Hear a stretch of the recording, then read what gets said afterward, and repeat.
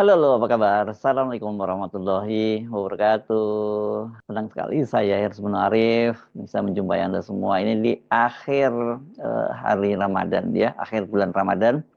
Dan insya Allah kita semua besok bisa melaksanakan sholat Idul Fitri secara serentak. Dan saya ingin mendahului mengucapkan selamat menyambut Hari Raya Idul Fitri 1446 Hijriah.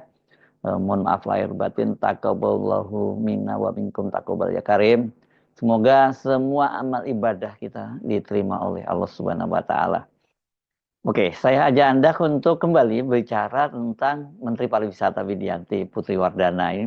Karena Ibu Menteri ini tiba-tiba mengunggah video dia yang tengah diwawancara oleh seorang wartawan senior dan host di US Stock Market-nya, program US Stock Market di CNN Internasional. Ini namanya Richard Quest. Ini dia mengunggahnya di akun Instagramnya. Saya dikirimi link akun Instagramnya ini oleh seorang mantan ketua dari lembaga tinggi negara. Dan kemudian seperti biasa kalau ada kiriman-kiriman seperti itu saya coba cari sumber aslinya. Saya longok pagi ini ya, Ahad 30 Maret 2025. Memang betul video tersebut diunggah di akun Instagram dari Ibu Menteri ini, di situ Widianti Putri Wardana gitu. Dan ini kalau saya lihat tadi waktu saya pagi saya lihat itu sudah diunggah 24 jam yang lalu. Berarti Ibu Menteri Widi ini mengunggahnya hari Sabtu pagi ya, tanggal 29 Maret 2029. Unggahan itu disertai keterangan bahwa wawancara dilakukan saat dia menghadiri salah satu pameran pariwisata terbesar di dunia, yakni ITB Berlin, beberapa waktu lalu. Dan baru kemarin begitu katanya, kemarin itu tentu karena Sabtu mengunggahnya berarti kemarin itu hari Jumat ya, Ibu Menteri ini menerima rekamannya. Kalau saya googling, acara ITB Berlin itu berlangsung tanggal 4 sampai 6 Maret dan memang ada di situ dokumentasinya Menteri Pariwisata menghadirinya. Ini berarti awal bulan ini ya. Menteri Pariwisata Widianti itu kan sebelumnya mendapat sorotan dari netizen. Ini bukan hanya sorotan ya, bulian ya, karena dalam beberapa penampilan di muka publik, baik ketika sedang berpidato di sebuah forum, menjawab pertanyaan wartawan, dalam sebuah jumpa pers, bahkan ini ketika hadir dalam rapat kerja dengan Komisi 7 DPR RI itu, tampak sekali kalau dia tidak cukup siap ya. Dia ini terkesan tidak menguasai persoalan karena hanya membaca teks, dan selama membaca teks wajahnya terfokus pada dokumen atau ada semacam tablet di depannya yang dia bisa baca, dan tidak ada kontak mata dengan audiens. Bahkan kemarin misalnya dalam konten saya sebelumnya ketika dia sedang menjawab pertanyaan dari anggota DPR dan kemudian ada yang menginterupsi, kan tampak sekali kalau Ibu Menteri itu terkejut gitu ya. Jadi bukan hanya tidak menguasai materi dan substansi persoalan, juga dia tidak punya kemampuan public speaking, bicara di depan publik begitu. Jadi kalau dia ditanya, dia akan membaca dan kemudian dia nggak peduli apakah orang yang yang bertanya itu menyimak jawabannya atau tidak, karena dia terfokus pada teks atau tablet atau laptop ada di depannya gitu ya. Ini kan public speaking ini sebuah keahlian dasar yang harus dimiliki oleh seorang pejabat tinggi negara seperti Ibu Menteri ini. Salah satunya yang paling memprihatinkan ini dan banyak sekali diunggah di media sosial, terutama di TikTok. Ada juga saya lihat di Instagram ketika dia hadir dalam sebuah forum dan menjawab pertanyaan dalam bahasa Inggris. Selain itu, dia juga ini menjawab pertanyaan soal penggusuran beberapa wahana wisata di Puncak yang dilakukan oleh Gubernur Jawa Barat Deddy Mulyadi. Jadi peristiwanya kalau gitu belum terlalu lama ya, pada waktu rame-rame banjir yang melanda kawasan Bekasi beberapa waktu yang lalu ya. The ministry, the Indonesian cabinet and ministry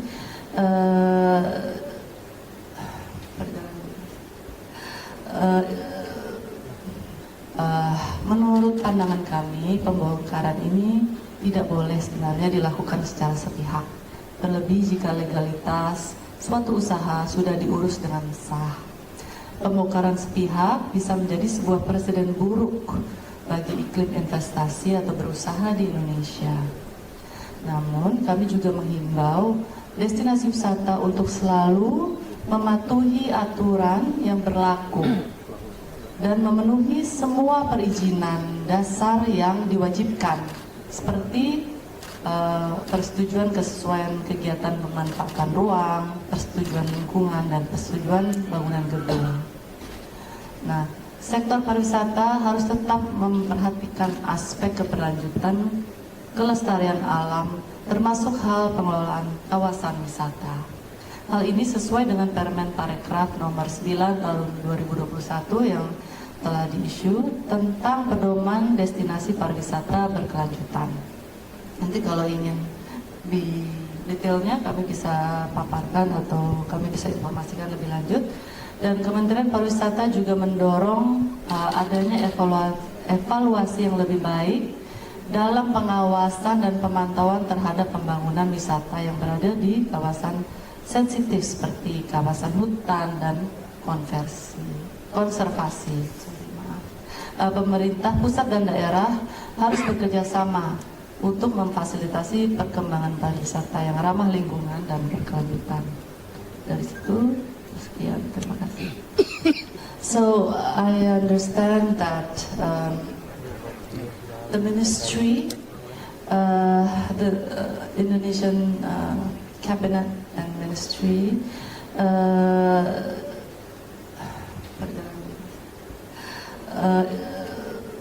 Selain itu, dalam sebuah forum akhir tahun ketika menggelar jumpa pers Nataru atau Natal dan Tahun Baru, juga sangat terlihat Menteri Widianti ini menjawab pertanyaan sambil membaca, dan kalau kita simak ini pertanyaan-pertanyaan terutama dari pembawa acaranya itu sudah sangat tampak telah dipersiapkan. Nanti tanyaannya apa, nanti jawabannya apa, itu kelihatan banget di situ. Baik, kami akan mempersilakan Ibu Menteri untuk berkenan menjawab pertanyaan pertama berkaitan dengan proyeksi pergerakan Nataru. Saya jawab yang pertama, berapa proyeksi pergerakan selama libur Nataru ya Pak ya? Potensi ekonomi kegiatan saat Nataru diproyeksi memberikan dampak yang signifikan terhadap perekonomian.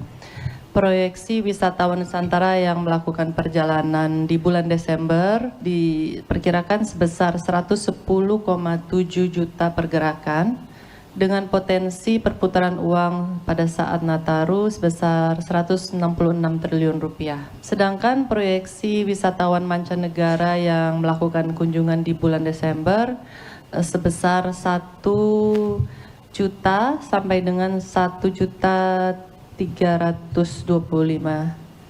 juta kunjungan. Adapun potensi perputaran uang pada wisatawan mancanegara sebesar 22,5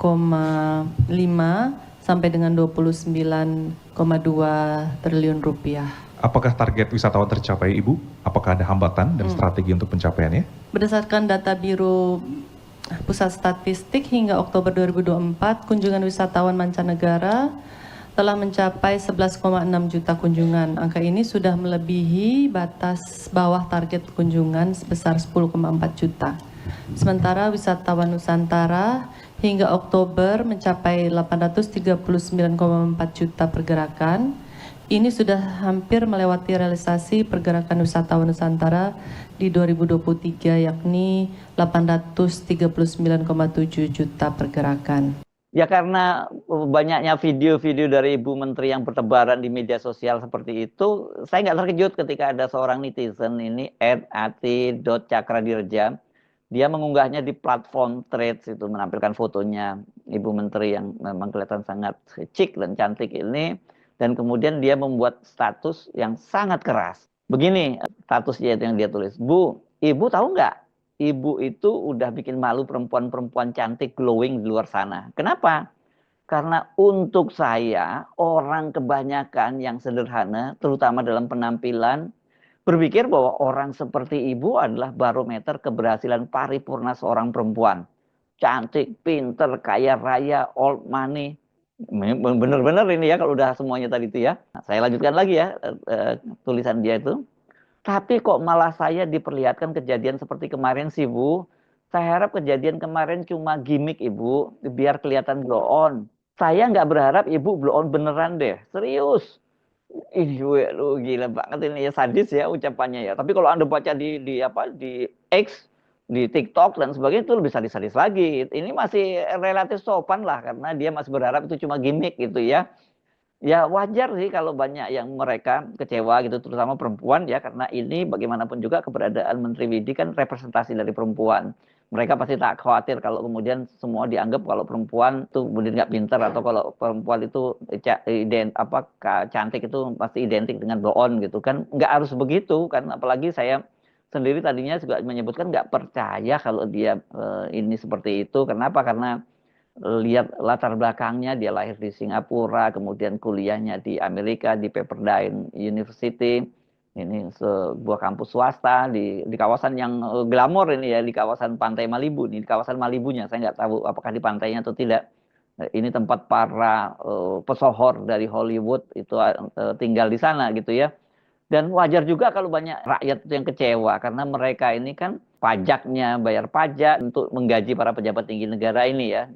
Tapi dapatnya kualitasnya cuma segitu. Selama ini kan rakyat tuh banyak sekali kecewa ya, terutama itu dipicu karena Gibran ya, wakil presidennya ya. Mereka kemudian kait-kaitkan Pilpres sampai 70 triliun lebih, dapatnya kualitasnya kok hanya seperti Gibran gitu. Makanya kemudian ada netizen juga yang menyebutnya ini kok mirip seperti Gibran ya, Ibu Menteri ini, cuman dia versi perempuan gitu ya. Wajar, sekali lagi wajar kalau banyak yang kecewa seperti itu ya. Walaupun soal gaji, saya kira kalau buat Ibu Menteri Widi, gaji menteri mah itu cukup untuk tusuk gigi ya, karena dia adalah pengusaha kaya raya dari keluarga kaya raya juga. Dan kalau kita lihat dari laporan harta kekayaan dia yang dilaporkan ke KPK, itu dia adalah menteri paling kaya di kabinetnya Pak Prabowo.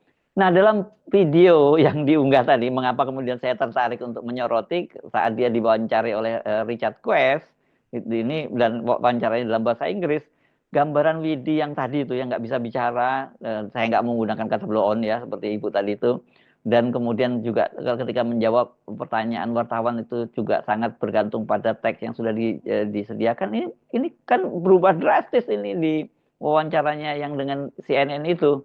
Coba, mungkin penilaian saya salah, tapi saya ajak Anda menyimaknya. Thanks. Indonesia says it's looking to promote new travel destinations this year. Foreign tourists have steadily been returning, but they're not yet back to pre-pandemic levels. I spoke to Indonesia's tourism minister at ITB in Berlin. Last year, our inbound tourists is 13.9 million. It's a 19% increase from the previous year. And our domestic tourists is about 1 billion trips per year. And our quality tourism is the key that we want to focus this year. What does that mean, in a sense? What do you mean? So, quality tourism is being a quality destination, but also giving a quality service, meaning that it's clean, hygienic, and friendly. When you look at the competition in the region, Yes. is it difficult to differentiate? Is it difficult, to stand out, I wonder? We're an archipelago country, the biggest archipelago with 17,000 islands. We have the second biodiversity in the world. And we have 10 UNESCO heritage sites. So how many people are you hoping to will attract this year? This year, around 16 million. 16 million. The big challenge for everybody is to somehow disperse, isn't it? So that everybody isn't all going to the same 3 places. How successful are you being at that? Okay, everyone knows Bali. I do. I've been there. We have 5 new places to promote. Lake Toba in North Sumatra, Lombok for the Motowaring Kikili, Labuan Bajo is very beautiful islands where the Komodo dragons live, and it has Pink Beach. And Yogyakarta, it has Borobudur Temple, and also Likupang is the biodiversity for snorkeling and diving. Famous BP Beach. Yeah, How's it doing, that beach? it's very nice. A lot of people, but we still need to promote and improve the infrastructure, the connectivity issue that we have right now, that we have to improve. That's one of the big challenges, isn't it? Correct. Improving infrastructure and managing to grow that. What do you need? What would help grow that, do you think? Investment from abroad and also within the country. Recently, we launched the Indonesian Sovereign Wealth Fund, Danantara, by the President. We hope that will increase investment in infrastructure that can help improve the connectivity issue, so that in turn it will improve the tourism industry. Gimana menurut Anda? Beda banget kan dengan tampilan-tampilan dia sebelumnya. Ini wawancara dengan jurnalis dan host senior dari CNN Internasional. Dan ternyata dia cukup menjawab, cukup lancar menjawab, dan dia juga berani menatap kamera. Jadi ada eye contact-nya gitu ya dengan pemirsa.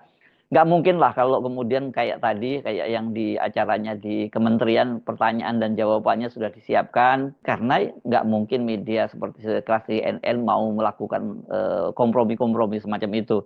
Justru kalau ada orang-orang yang seperti itu bakal dieksploitir oleh CNN ya, karena itu pasti menarik gitu ya. Saya jadi bertanya-tanya apa yang terjadi ya selama ini kok kemudian sampai dia dibully habis oleh netizen.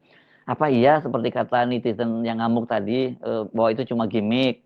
Tapi kalau gimmick ngapain sih seperti itu ya, masuk bergaya blow on gitu.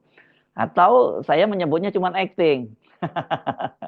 Saya kira nggak juga ya. Nah, kalau dalam konten yang kemarin kan kesimpulan saya bahwa Bu Menteri ini masih harus banyak belajar. Sekarang saya mesti jujur bilang bahwa Bu Menteri rupanya sudah cukup banyak ini belajar. Tapi tentu saja masih perlu ditingkatkan. Untuk sementara kalau dibandingkan dengan tampilan-tampilan sebelumnya ya sudah jauh sekali ini. Sudah lebih oke. Baik Ibu Menteri, sampai ketemu lagi ya. Mohon maaf lahir dan batin. Saya Aris Arif dari Forum News Network. Sampai jumpa lagi. Wassalamualaikum warahmatullahi wabarakatuh.